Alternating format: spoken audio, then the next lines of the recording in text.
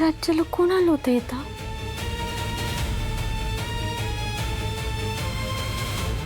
Doctor तर नसतील ना?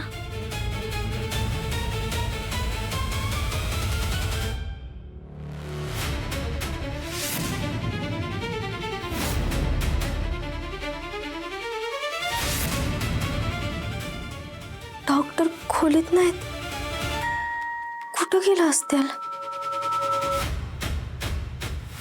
मागच्या दाराला जाऊन बघते, तिकडे असतील बहुतेक.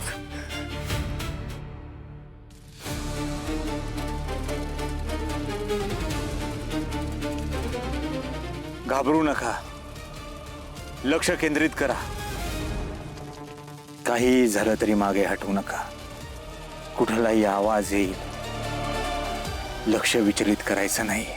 तसं जर केलं तर आपला यज्ञ पूर्ण होणार नाही. मी सांगतोय ते काळजीपूर्वक ऐका.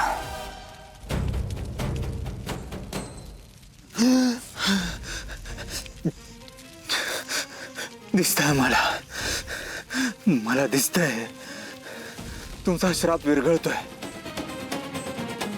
कोणीतरी जाणून बुजून तुम्हाला श्राप दिला होता. मी सांगतो तेवढं करा आता.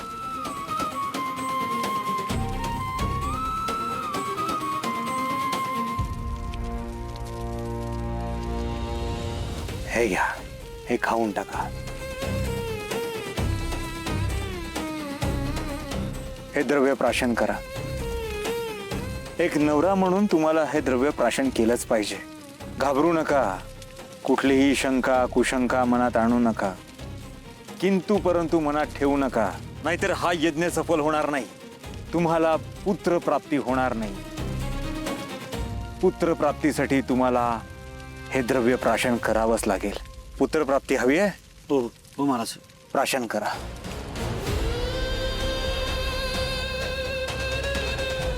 प्राशन करा.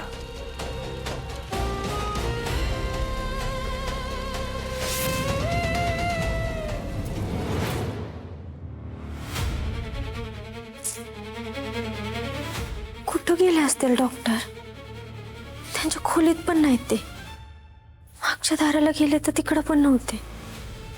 नाही, परत एकदा नीट बघते, असतील ते. नको, मी जर एकटी गेले आणि त्यांना मला पाहिलं तर जीव घेतील माझा. मी लाली वहिनीला घेऊन जाते.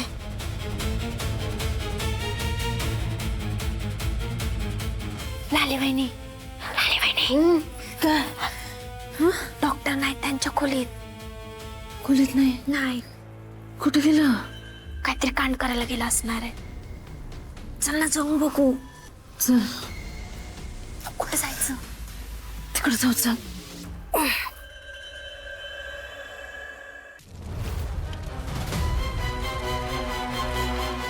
गुंगी येतेय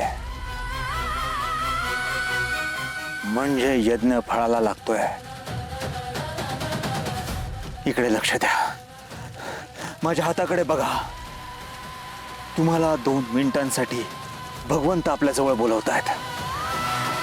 ते तुमच्या कानात काहीतरी सांगतील. निद्रावस्थेत जा.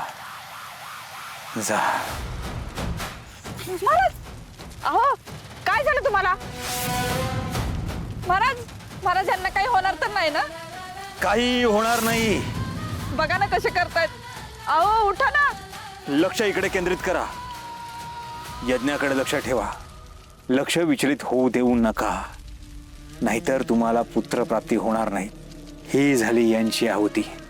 आता आहुती द्यायची वेळ आली आहे तुमची. आहे तयारी? हो महाराज. काय करावं लागेल? इथे माझ्या बाजूला येऊन बसा. लवकर या. यज्ञ विजाच्या आतमध्ये तुम्हाला हे सगळं केलं पाहिजे. क्रूड ध्रुड चंद्र ओढ, क्रूड ध्रुड चंद्र ओढ, सूर्य अस्त अस्त सूर्य, क्रूड ध्रुड चंद्र ओढ. आता तुम्हाला पतिव्रतेचा त्याग करावा लागेल. म्हणजे? भगवंताने तुमच्या पतीचं कर्तव्य माझ्यावर सोपवलेलं आहे. तुम्हाला माझ्यासोबत मिलन करावं लागेल. काळजी करू नका. हे मूल तुमचं आणि तुमच्या नवऱ्याचंच असेल. तुमचं पावित्र्य तसंच राहील. त्याला जराही धक्का लागणार नाही. महाराज, हे तुम्ही काय बोलताय? हा माझा आदेश नाहीये, हा त्याचा आदेश आहे. या आदेशाचं पालन नाही केलं तर हा तुमचा नवरा असा पडलाय, तो कायमचा असाच पडून राहील. तुम्ही विधवा व्हाल. निर्णय तुमच्या हातात आहे. काय करायचं तुम्ही ठरवा. तुम्हाला नवरा हवाय, पुत्र हवाय, की विधवा आयुष्य हवंय?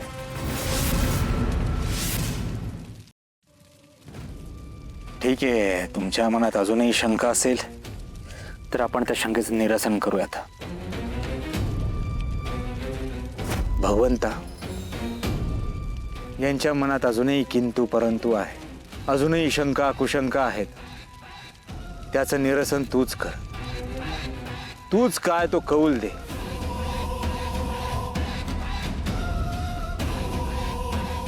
हा लिंबू तुमच्या हाताने कापा. हा जर लाल निघाला तर तुम्हाला त्याच्या आदेशाचं पालन करावं लागेल.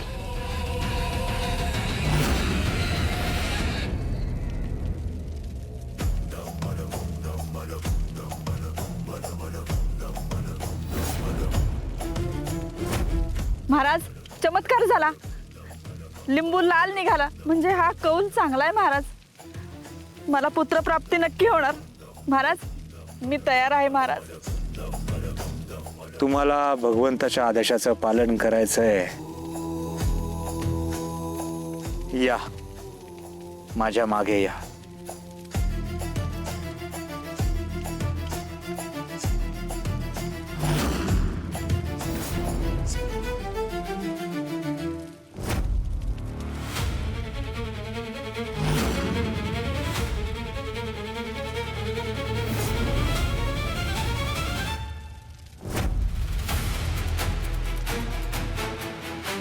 महाराज, मी किती वेळ बेशुद्ध होतो? 2 मिनिटं. 2 मिनिटं? हो. यज्ञ यशस्वी झालाय. तुमची पुत्रप्राप्ती आता कोणीही रोखू शकत नाही. तुमच्या श्रद्धेचं फळ तुम्हाला नक्की मिळेल. हे लिंबू तुमच्या जवळ ठेवा. बरोबर आत्तापासून 24 तासानंतर तुम्हाला तुमच्या बायकोबरोबर मिलन करायचं आहे. तोपर्यंत हे लिंबू तुमच्या सोबतच ठेवा. तुम्ही तुमच्या सोबत जे काही आणलंय ते इथेच या पातळ कंगणीला दान करा.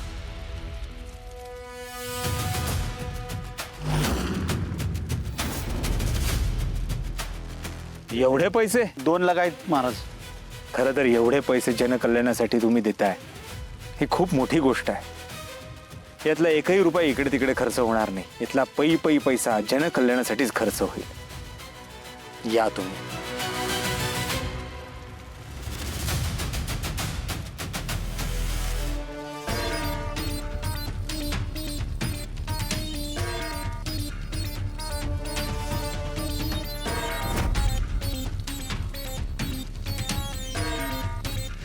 जोपर्यंत या जगात दुःख आहे, भीती आहे, अंधश्रद्धा आहे, तोपर्यंत या देवी सिंगचा नवीन धंदा असाच चालू राहील.